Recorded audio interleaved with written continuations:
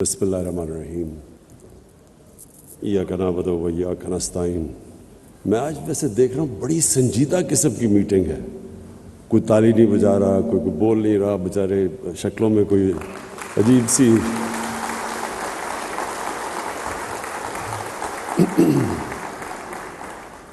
پہلے تو معید یوسف آپ کو میں مبارک دیتا ہوں، خراج تحسین پیش کرتا ہوں کہ یہ بڑی امپورٹنٹ آپ نے یہ جو سیکیورٹی ڈائلاگ ہے یہ ہمارے ملک کے فیوچر کے لیے بہت امپورٹنٹ ہے۔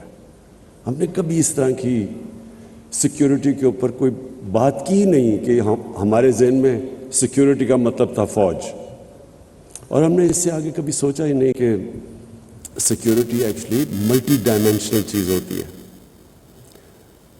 سب سے بڑی اگر قوم میں انسیکیورٹی ہوتی ہے تو وہ تب جب اس کے ملک میں ایک چھوٹا سا جزیرہ امیر لوگوں کا ہو اور غریب کے سمندر کے بیچ میں ہو، یعنی جب ایک ملک کی پراسپیرٹی انکلوسو نہ ہو وہ ملک ہمیشہ انسیکیور رہتا ہے۔ تو میں جب مدینہ کی ریاست کی بات کرتا ہوں مجھے بڑا افسوس ہوتا ہے کہ لوگوں کو اس چیز کانسیپٹ سمجھ نہیں ہے مدینہ کی ریاست کیا ہے۔ وہ سمجھتے ہیں کہ ووٹ لینے کے لیے بات کر رہے ہیں یا کوئی پتہ نہیں اسلام کو استعمال کر رہے ہیں پالیٹکس کے لیے، اس لیے کیونکہ لوگوں نے اسٹڈی نہیں کیا وہ ماڈل۔ وہ ایک اتنا یونیک ماڈل تھا کہ ایک عظیم لیڈر نے وہ لوگ جن کی حیثیت ہی کوئی نہیں تھی ان کو اس نے اکٹھا کر کے دنیا کا عظیم سویلائزیشن بنا دیا۔ یہ تاریخ کا حصہ ہے، یہ کوئی میتھولوجی نہیں ہے۔ ہمیں پتہ ہے کہ وہ کب مدینہ تشریف لے کے آئے اور وہ کب دنیا سے گئے، یہ تاریخ کا حصہ ہے۔ وہ کتنے لوگ تھے پہلی جنگ میں اور 10 سال کے بعد وہ کیا تھے، 20 سال کے بعد وہ سویلائزیشن کدھر تھا، 25 سال کے بعد، 50 سال کے بعد سویلائزیشن کا تھا۔ یہ تاریخ کا حصہ ہے۔ وہ ماڈل کیا تھا؟ وہ ایکچولی یہ جو آپ کی نیشنل سیکیورٹی ہے یہ بالکل وہ اگر آپ ماڈل سمجھ جائیں وہی سیکیورٹی ہے ملک کی۔ انہوں نے دنیا کی پہلی ویلفیئر سٹیٹ قائم کی، پیسے بھی نہیں تھے، ان کے پاس کوئی دولت نہیں تھی، بڑے ہجرت کر کے آئے تھے، غریب لوگ تھے، لیکن انہوں نے ایک چیز ثابت کی کہ جب ایک قوم اپنے کمزور طبقے کا دھیان رکھتی ہے اصل میں سیکیورٹی وہ ہے، وہ سیکیور ہو جاتی ہے، قوم کھڑی ہو جاتی ہے، سب کا سٹیک ہوتا ہے قوم کے اندر۔ جب تک کہ ہر انسان کا سٹیک نہیں ہوتا آپ جتنے مرضی 22 کروڑ کا ہجوم ہے وہ انسیکیور رہے گی ہمیشہ۔ سیکیورٹی تب آتی ہے جب ہر شہری اپنی قوم کو اون کرتا ہے۔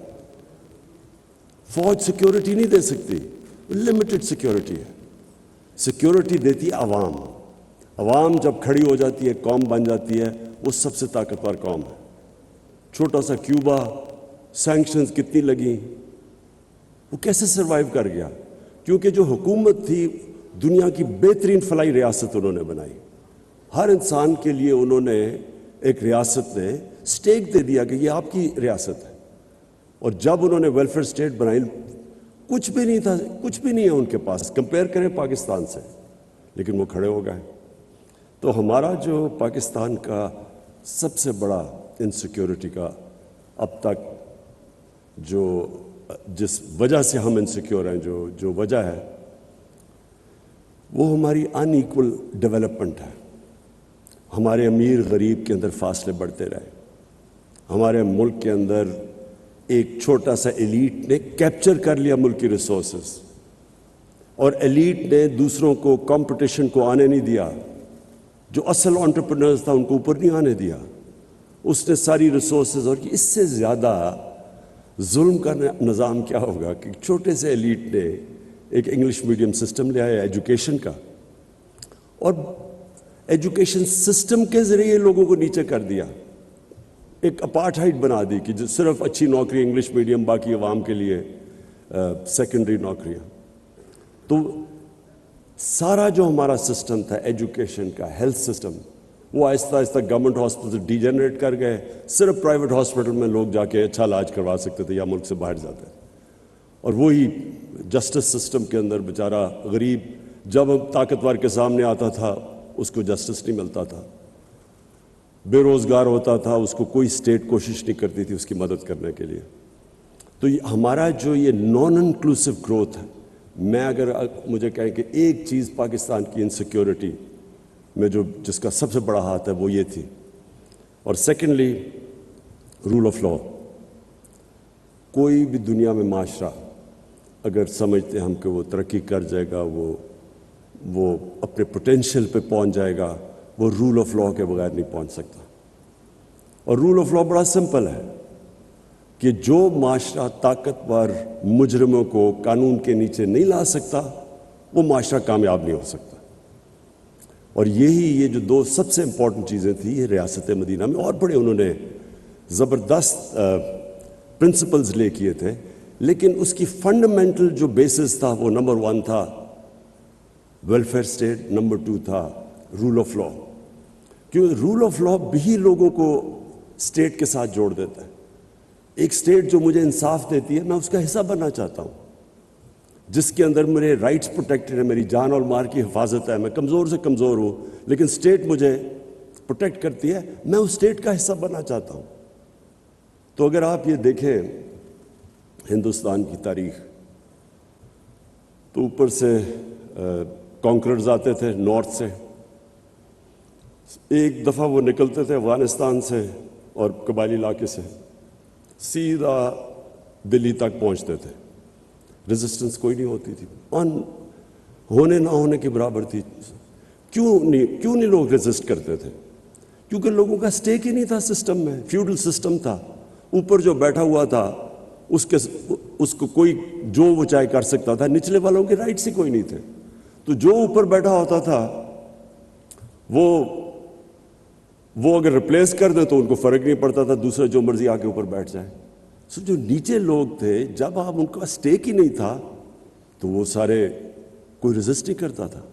افغانستان اور قبائلی علاقہ دیکھ لیں, ان کا بڑا ایگیلیٹیرین سسٹم تھا, ان کے رول آف لا بھی وہاں تھا, جو ان کا جرگہ سسٹم تھا, جوری سسٹم تھا, اور وہی جرگہ سسٹم ایک ڈیموکریٹک سسٹم تھا, ایک مشاورت تھی, کوئی اکیلا آدمی فیصلہ نہیں کرتا تھا. تو وہ لوگ اپنی آزادی کے لیے لڑتے تھے.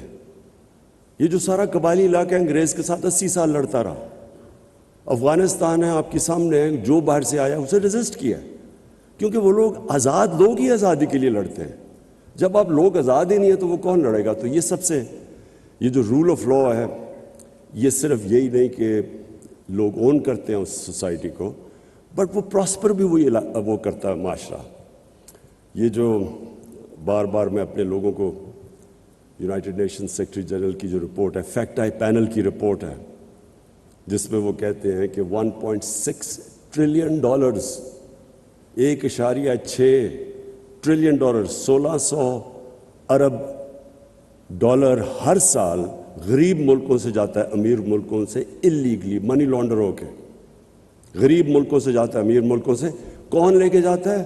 طاقتور جو کرپٹ لوگ ہیں غریب ملک کے, جو رولنگ ایلیٹس ہیں, وہ چوری کر کے اپنے ملک کا پیسہ ویسٹرن کیپٹلز اور آف شور اکاؤنٹس میں لے جاتے ہیں. تو یہ سارے طاقتور ہیں, وہ کیوں نہیں روک سکتے؟ کیونکہ ان کا رول آف لا نہیں ہے. سسٹم طاقتور ڈاکو کو کنٹرول نہیں کر سکتا, اس لیے وہ غریب ہیں. نائجیریا دیکھیں, ان کے ابھی مجھے ڈیفنس منسٹر آئے تھے, میری ان سے میٹنگ ہوئی, تو میں نے ان سے پوچھا, میں نے کہا تمہارا تیل کا کیا ریونیو ہے؟ 80% نائجیریا کا جو ریونیو ہے وہ تیل سے آتا ہے, لیکن وہ غربت ہے. اور وہ خود مجھے کہتے ہیں کہ ہم کرپشن نہیں کنٹرول کر پا رہے ہیں. کرپشن چھوٹے لیول کی ملک کو تباہ نہیں کرتی, لوگوں کے لیے انکنوینئنس ہے, لیکن جو ٹاپ لیول کی کرپشن ہے بیسکلی جو لوگ, جس طرح ہمارے نبی صلی اللہ علیہ وسلم نے کہا تھا کہ تمہارے سے پہلے بڑی قومیں تباہ ہوئیں, طاقتور چوری کرے تو اس کو چھوڑ دو, غریب چوری کرو تو جیل میں ڈالو. تو بیسکلی یہ سیکنڈ میری ریزن ہے کہ جب تک ایک قوم رول آف لا اسٹیبلش نہیں کرتی وہ ہمیشہ ونربل رہتی ہے, کیونکہ اکانومی اس کی کبھی تکڑی نہیں ہوتی. اور تیسری چیز, خودداری, انڈیپینڈنٹ فارن پالیسی. یہ انڈیپینڈنٹ فارن پالیسی کیوں ضروری ہے؟ ہم اپنا پاکستان کی اپنی تاریخ دیکھ لیں. ہماری انڈیپینڈنٹ فارن پالیسی ہوئی نہیں. شروع میں تو اٹ میڈ سینس. ہمارے جب پاکستان بنا تو بینکرپٹ تھا, ریسورسز بھی نہیں تھی, ریفیوجی پرابلمس تھے. تو تب تو گورنمنٹ سے, جس طرح سیکنڈ ورلڈ وار میں مارشل پلان آیا یورپ میں, کہ ایک بالکل ڈیوسٹیٹڈ سسٹم کے اندر تو آپ بورو کرتے ہیں یا ایڈ لیتے ہیں. لیکن جو ہماری ڈپینڈنسی ہو گئی اس کے اوپر, یہ سب سے بڑا نقصان ہوا ہے پاکستان کو. اگر مجھے کوئی کہنا کہ ایک آپ وجہ بتا دیں اس کے علاوہ رول آف لا اور انکلوسو گروتھ نہ ہونے کی وجہ سے, اگر مجھے آپ کہنا ایک اور وجہ ہے کہ ہمارا ملک کیوں نہیں اپنے پوٹینشیل پہ پہنچ سکا. 60s میں پاکستان سارے ایشیا میں مثال دی جاتی تھی ایز اے ڈیولپمنٹ ماڈل, تو کیوں نہیں ہوا؟ اس کی وجہ یہ تھی کہ ہمارے میں ڈپینڈنسی سنڈروم آ گیا. ہم نے اپنے اندر جو انسان کے اندر اللہ نے طاقت دی ہے وہ ہم نے کبھی ڈسکور کرنے کی کوشش نہیں کی. ایک انسان اپنی پوٹینشیل پہ تب پہنچتا ہے جب وہ ریزسٹنس کے سامنے کھڑا ہوتا ہے, جب وہ انسان پش کرتا ہے اپنے آپ کو, اس کے اندر سے اللہ کا اتنا جو پوٹینشیل دیا وہ نکلتا ہے. جس طرح ایک اللہ نے انسان کو بنایا ہے ایسا ہے کہ اگر وہ بازو کو ریزسٹ کرے گا, ویٹس اٹھائے گا, بازو تکڑا ہو جائے گا. بازو کو استعمال نہ کرے وہ سوکھ جائے گا. وہی انسان کا جو اصل پاور ہاؤس ہے, اس کا مائنڈ, جتنا وہ ریزسٹ کرتا ہے اتنی وہ اپنے اندر ڈسکور کرتا ہے اللہ نے کیا صلاحیتیں دی ہیں. قوم کا بھی یہی ہے. قوم کے اندر جب یہی شروع میں آ جائے کہ جی اگر ہمیں ایڈ نہیں ملے گی تو ہم چلیں گے نہیں, تو پہلی معافی سے شروع کریں. وہ قوم نہیں کبھی بنی. قوم بنتی ہے جب ایک independent foreign policy, meaning foreign policy جو قوم کے مفادات کو پرائرٹی دیتی ہے, پھر آگے چیزیں آگے جاتی ہے اس کے. تو آپ اب دیکھ لیں, کبھی ہم نے ایویلیویٹ نہیں کیا کہ ہم نے جب افغان جہاد میں شرکت کی تو اس سے ہم نے کیا کھویا کیا پایا. اس کی کبھی انڈیپینڈنٹ انالیسز نہیں ہوئی کہ ہم نے اپنی بالکل افغانستان کے لوگوں کی مدد کی. فورن آکوپیشن تھی, ان سے ظلم ہوا, ہم نے شرکت کی. لیکن کبھی ہم نے یہ نہیں ایویلیویٹ کیا کہ کیا ہم نے شرکت اس لیے کی کہ ہم افغانستان کے لوگوں کی مدد کرنا چاہتے تھے, یا ہم نے شرکت کی ڈالرز کی وجہ سے اور ایڈ کی وجہ سے. اس کی ہم نے صحیح معنی میں ایویلیویشن نہیں کی, کبھی ڈسکشن نہیں ہوئی. اور اگر آپ اس کی ڈسکشن کریں گے تو جو ہمیں ڈالرز ملے, میں آپ کو جب آپ اس کی ایویلیویشن کریں گے اس سے بہت زیادہ نقصان ہم نے اٹھایا. 5 ملین ریفیوجیز تھے پاکستان میں. پہلی دفعہ سیکٹیرین ملیٹنسی شروع ہو گئی پاکستان میں. اس کا اپنا جو ہمارے رول آف لا پہ امپیکٹ پڑا اور جو انویسٹمنٹ کی انوائرمنٹ کے اوپر امپیکٹ پڑا, وہ کوئی کسی نے نہیں اسیس کیا.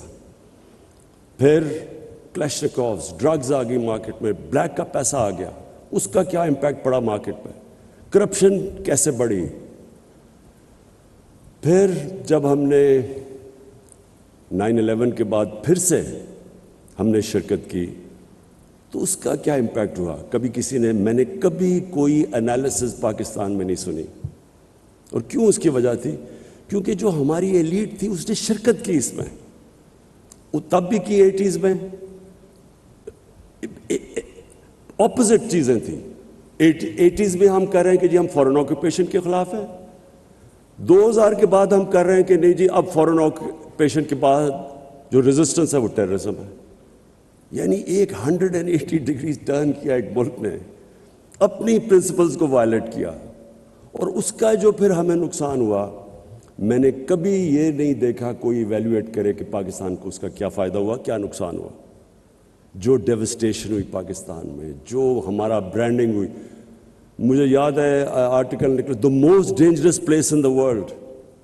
دا most dangerous place in the world, اس ملک میں کیا اکنامکس ہوگی, کیا انویسٹمنٹ ہوگی. اس ٹائم پہ آپ ذرا دیکھیں سب ہمارے سے آگے نکل گئے. انڈیا، بنگلہ دیش، ویتنام، کمبوڈیا، جن کے ہم قریب تھے سارے آگے نکل گئے پاکستان سے. کوئی ایویلیویٹ ہی نہیں کر سکتا کہ ہم نے اس جنگ کی کیا ہمارا ضرورت تھی. اور ہر جگہ اگر آپ باٹم میں جائیں گے تو ہم نے ایڈ کے پیچھے فیصلہ کیا. ہم نے فیصلہ یہ نہیں کیا کہ ہمارے لوگوں کی بہتری کیا ہے. ہمیں ایک کسی اور ملک کے مفادات کے لیے ہم نے اپنے ملک کو قربان کیا اور پھر ایویلیویشن بھی نہیں کبھی کی. تو اس لیے میں یہ بلیو کرتا ہوں کہ جس ملک کی انڈیپینڈنٹ فارن پالیسی نہیں ہے وہ کبھی اپنے لوگوں کے مفادات کی حفاظت نہیں کر سکتا. جو اپنے لوگوں کے انٹرسٹ ہے وہ کبھی نہیں ان کو ڈیفینڈ کر سکتا اور پھر نہ ہی اس کی دنیا میں رسپیکٹ ہوتی ہے. ہم نے پوری کوشش کی اپنے 3.5 سال میں کہ پاکستان کی فارن پالیسی آزاد ہو. بلاک پالیٹکس سے ہم بچیں. ہم برانڈ نہ ہوں کہ ہم اس بلاک میں یا دوسرے بلاک میں. ہم صرف فیصلہ کریں کہ پاکستان کے 22 کروڑ لوگوں کے فائدے میں کیا چیز ہے. ہماری پالیسی صرف اس سے کرافٹ ہو. یہ نہ ہو کہ جو ہمیں ادھر سے حکم ملے تو ہم ادھر چلے جائیں.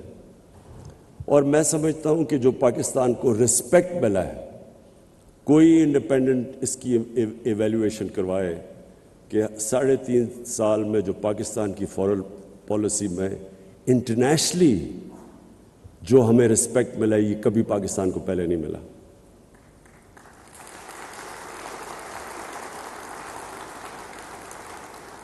ہمیں بڑا ناراض ہو کے ایک ہمارے بڑے طاقتور ملک کہا جی آپ رشیا کیوں چلے گئے. ایک ملک کو کہہ رہے ہیں کہ آپ نے رشیا کا دورہ کیوں کیا ہے اور غصے ہو گئے ہیں. ہندوستان جو ان کا ایلائی ہے کوڈ کے اندر ان کا ایلائی ہے اس کی پوری مدد کر رہے ہیں. وہ نہ تو صرف ہندوستان وہ روس سے نیوٹرل ہے وہ ان سے تیل امپورٹ کر رہے ہیں جب ان کے اوپر کوشش کر رہے ہیں سینکشنز لگانے کی کہ رشیا کو پریشرائز کریں. اور میں آج بیان پڑھ رہا ہوں برطانیہ کی فارن سیکرٹری کا کہ جی ہم ہندوستان کو نہیں کہہ سکتے ان کی انڈیپینڈنٹ فارن پالیسی ہے. It's an independent country. تو ہم کیا ہیں؟ ہمیں تو صرف آپ وہاں کیوں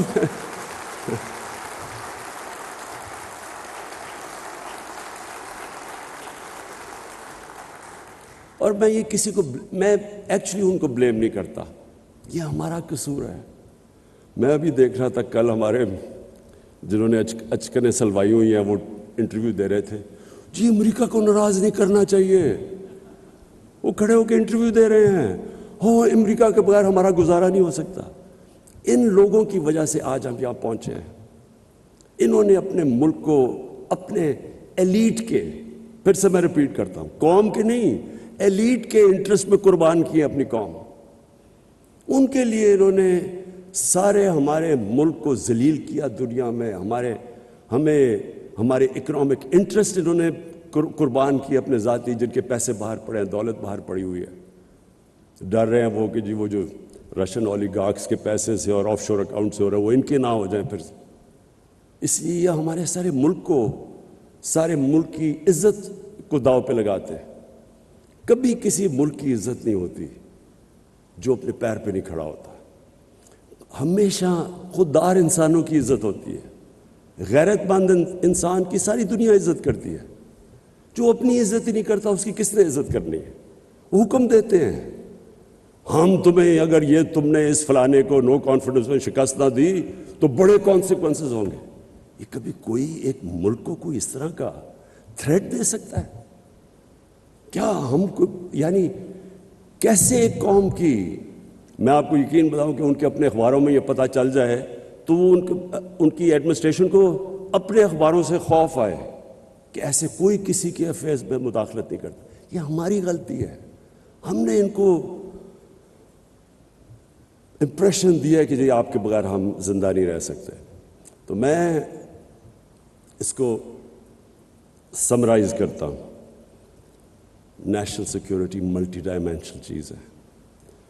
سب سے بڑی ڈپینڈ کرتی ہے کہ آپ کی قوم آپ کے ساتھ ملک اور قوم گورنمنٹ اور قوم ایک ہی ہیں. جب وہ ایک ہو جاتے ہیں کوئی چیز امپاسبل نہیں ہوتی.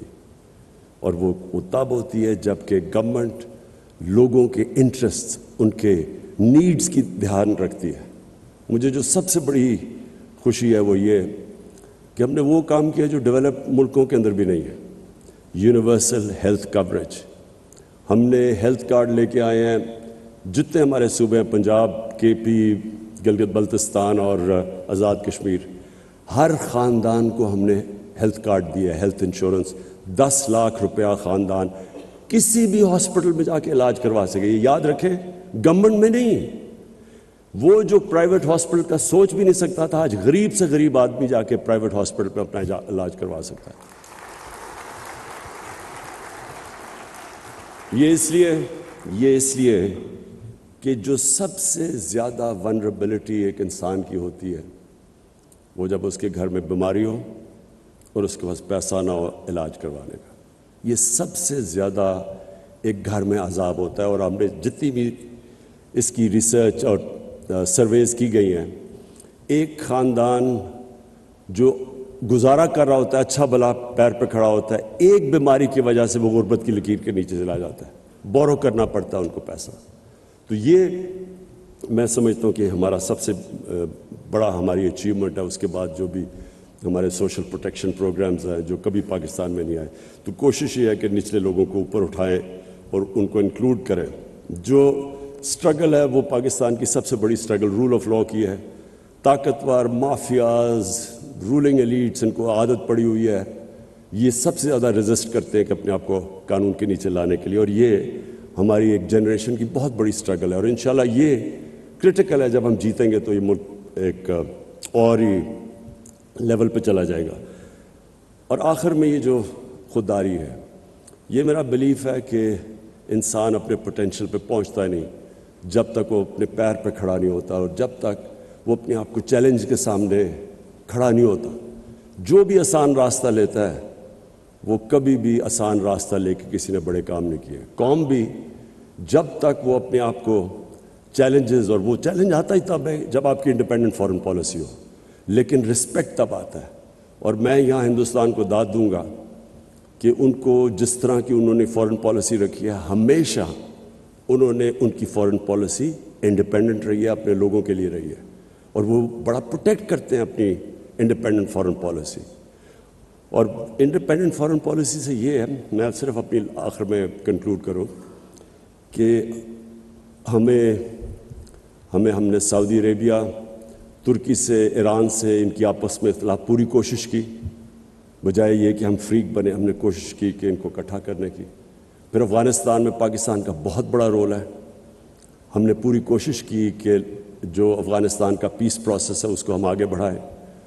یہ جو بھی یوکرین کی کانفلکٹ جس پہ ہمارے پرانے دوستوں کو بڑا غصہ چلا کہ کیوں چلا گیا میں رشیا, اس میں آپ کو بتاؤں کہ یورپین یونین کاؤنسل کے پریزیڈنٹ نے مجھے ٹیلی فون کر کے کہا, کیونکہ ہم نیوٹرل تھے, انہوں نے ہمیں کہا کہ ہم اور چائنا کے ساتھ مل کے کوشش کریں کہ یہ جو کانفلکٹ ہے اس کی کوئی ریزولوشن کی طرف جائے.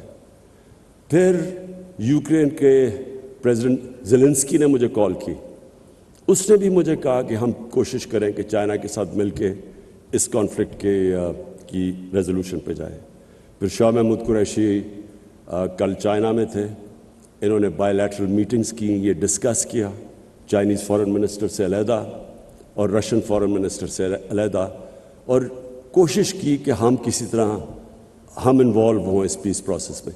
لیکن یہ صرف تب ہو سکتا ہے جب آپ نیوٹرل ہوں, جب آپ کو کوئی بلاک پالیٹکس کا حصہ نہ سمجھے, بیکاز اس وقت تو آپ کی کریڈیبلٹی ختم ہو جاتی ہے.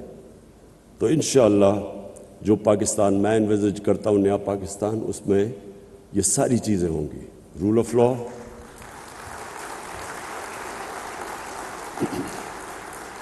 رول آف لاء, فلاحی ریاست جس میں انسانیت ہو, جس میں انکلوسو گروتھ ہو, اور ایک انڈیپینڈنٹ فارن پالیسی جس کا صرف ایک مقصد ہو کہ ہمارے لوگوں کے انٹرسٹ کو پرائرٹائز کیا جائے.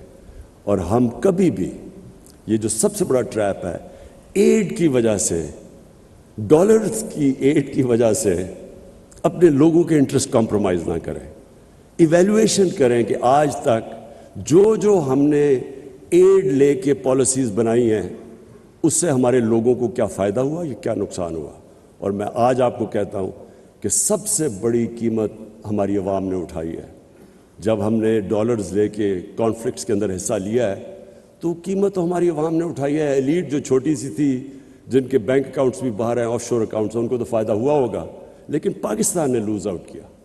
تو میں معید آپ کو پھر سے اینڈ میں سیکیورٹی ڈائلاگ کی خراج تحسین پیش کرتا ہوں. یہ بڑا زبردست آپ نے کام کیا سارے اسٹیک ہولڈرز کو, تاکہ ہمارا ایک کنسنسس بنے سارے ملک میں کہ جو ہمارا سیکیورٹی کا جو روڈ میپ ہے وہ سب اسٹیک ہولڈرز اس کو اون کریں. شکریہ.